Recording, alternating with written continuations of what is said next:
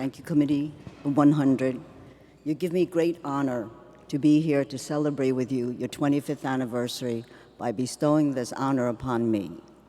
But to be candid, I don't deserve this, but I will accept this for 150 and 200 CBOs around the country who did all the work.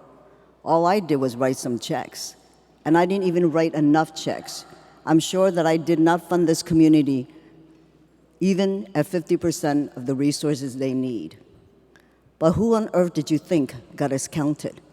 All these 50 different ethnicities, they got everyone counted. Who do you think take people to the voter polls? Who does the phone banking?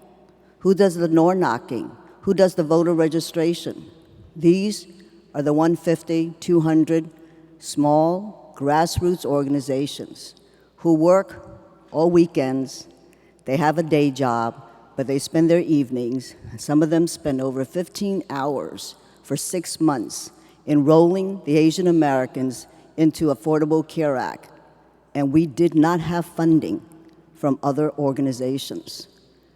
But they knew what they had to do. And these are the people that work every day, 12 hours a day, to be very candid, with very little pay in these nonprofits. So I accept this award on behalf of their work. I would say meeting Stewart was a very momentous event. And maybe more importantly than anything, it taught this community that they can work together. They don't have to speak in the same language, they can speak English, and they can work on common ground with a common purpose. So I have to tell you, we not only had the lowest count, we also found out that this community is the fastest growing minority in the United States. We will double the number in 2045. But we have to work together.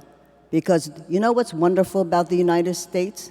Is that voting is the greatest equalizer, period. So that means a high school dropout is equal in the voting booth to a PhD. That means somebody on Medicare is equal to someone who's a millionaire and a billionaire in the voting booth. And that means a victim of domestic violence is equal to her abuser in the voting booth. So if this community wants a voice and respect and a seat at the table, then to be perfectly candid, we have to have 20 million Asian Americans, Native Hawaiians, and Pacific Islanders voting at the voting booth. Because until and unless we can support and resource these community-based organizations to get everyone there to cast a vote, then each of us is only the power of one.